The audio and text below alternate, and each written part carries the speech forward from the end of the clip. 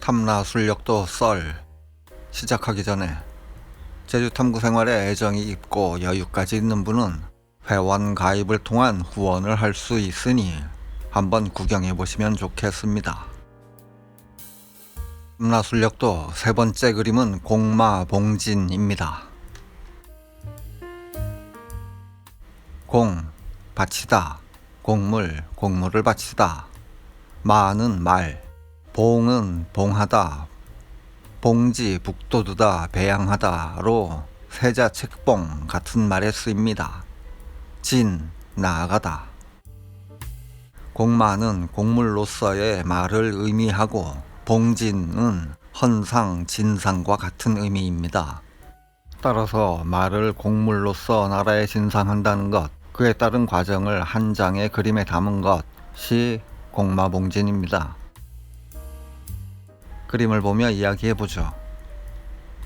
앞서 본 승보시사 그림과 거의 같은 구도와 관덕정 앞이라는 같은 공간에 인물들 배치도 거의 같습니다. 그런데 파격적인 요소라고 할까요? 전과는 달리 오른쪽 관덕정의 바깥에 세 사람이 서 있고 그리고 뒤에도 네 사람이 앉아서 쉬고 있는 듯한 게 다릅니다. 원래는 건조하게 줄줄이 늘어서 있었던 건데 말이죠. 그래서인지 보다 격식이 덜한 느낌을 주고 있습니다만 그 이유가 또 존재할 것입니다. 아랫단에 조아린 사람들도 있습니다. 그중 이 둘은 붓을 쥔 듯합니다. 목적에 따라 그 수효를 세서 기록한다거나 하는 일을 했던 것 같죠. 목적과 수효는 어떠했는지 기록을 통해 알아보겠습니다. 사례로 쭉 읽어보죠.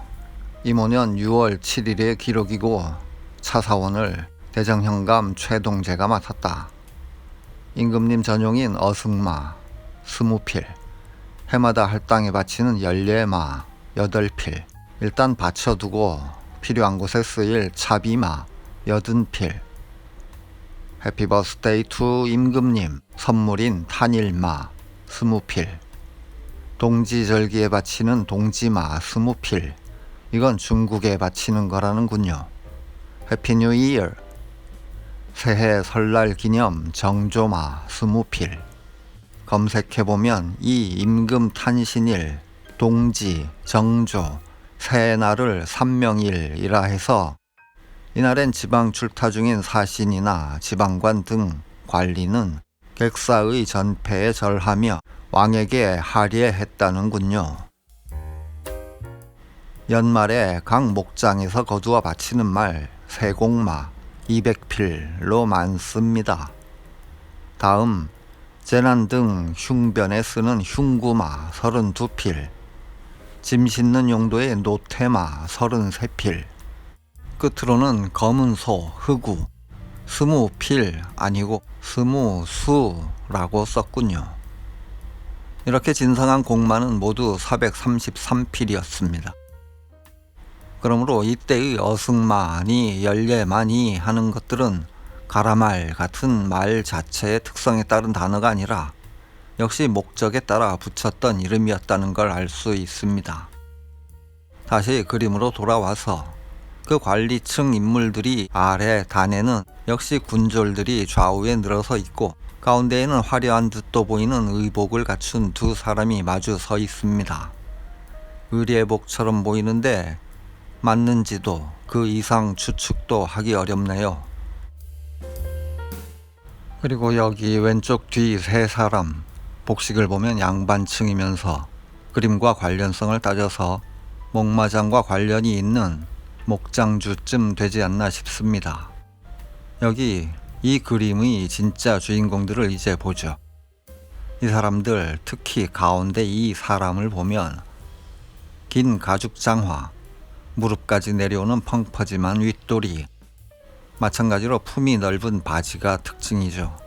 오늘날 유목민인 몽골 사람의 복식과도 아주 비슷한데 이유가 있죠. 몽골 사람들이 원나라가 제주도에 탐라 총관부를 두어 목장을 운영하다가 원명 교체기가 되면서 고려 정권의 철퇴를 맞아 몰락한 목호인안 같은 사건도 있었고 또 조선이 건국하면서 국가 간의 관계는 재정립되었습니다.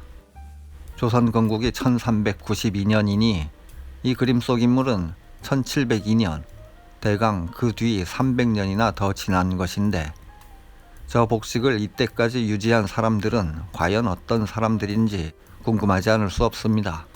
300년 전에 그 옷을 그대로 물리고 물려서 마르고 닳도록 입을 수는 없으니까 간단히는 두 가지죠. 하나는 저 복식의 제작법을 물려받았다.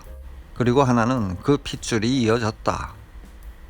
이 두 가지를 모두 해서 맞는 말일 수도 있고요. 즉 제주 사람과 몽골 사람 간의 혼인으로 인한 토착화였을 것이라고 짐작할 수 있는 거죠. 국가라거나 민족이라거나 하는 관념은 그 자체로 좋다 나쁘다를 말하기 어렵겠고, 그걸 사람들이 어떻게 쓰느냐가 관건이겠습니다. 긴 이야기 않겠습니다.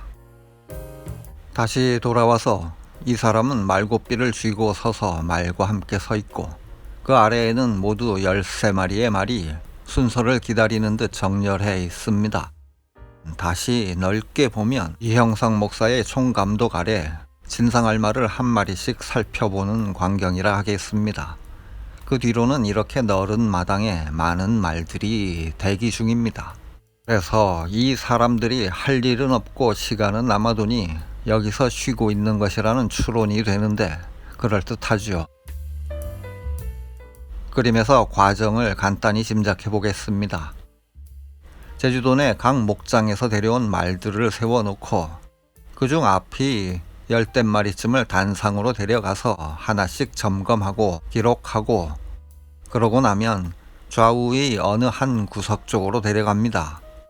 하지만 관덕정 앞 공간이 둘을 나누도록 구획이 되어 있는 것은 아니므로 길을 둔 군졸들이 그 경계, 바리케이드 역할을 했다고 추정됩니다. 이 깃발들도 그림에서 보듯 종류가 다양하고 각기 그 용도와 의미가 있죠. 이 부분은 나중에 기회가 생기면 제대로 풀어보기로 하고요.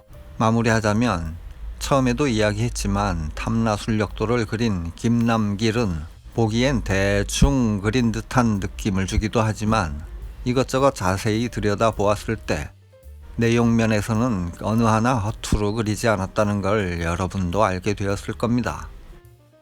이미 보셨다시피 공마봉진과 더불어 앞전의 승보시사는 관덕정과 그 앞을 무대로 한 데다 나아가 동일한 뷰로 그린 그림입니다. 탐라술력도의 그림들 중 아주 뒤쪽에 이 제주 사회, 또 이와 같으니 모두 석점이 되죠. 이 공간은 이미 제주 탐구 생활에서 몇 차례 다룬 적이 있습니다. 100년 전 사진 시리즈에서, 그리고 관덕정 이야기로서 말이죠. 다시 찾아보십시오. 거기에서 이 사진도 함께 다뤘는데 공마봉진과 함께 놓고 보면 여기 담장이 여기 집들의 선상에 이어져 있었고, 오른쪽의 경계는 여기 선상이 되죠. 그리고 이 문루는 여기 있습니다. 승보시사 그림으로 바꿔서 보면 이렇게 정리되죠. 그런데 여기 꺾이는 자리에 길게 자리한 2층짜리 건물이 있습니다. 병고, 즉 오늘날 무기고로 썼던 모양이죠. 따라서 그림상 여기서 꺾여 자리한 병고는 사진에서는 안 보이는 바깥에 있게 됩니다. 일제강점기 지적도와 1969년 항공사진을 겹쳐놓고 비교하면 문루가 이렇게, 회랑 담장이 이렇게 됩니다. 그리고 이 꺾인 데에 자리한 병고는 여기가 되죠. 여기에 오늘날 카카오맵 위성사진을 얹으면 이렇습니다. 크게 보면 여기 주차장으로 쓰고 있고, 과거에 이 자리에 3, 4층 되는 건물이 있었고 한때 대성학원이 자리하기도 했습니다. 오늘 공마봉진 이야기는 이쯤에서 마치고 다음에 또 탐라술력도 썰, 그림 보는 재미를 함께 하시죠.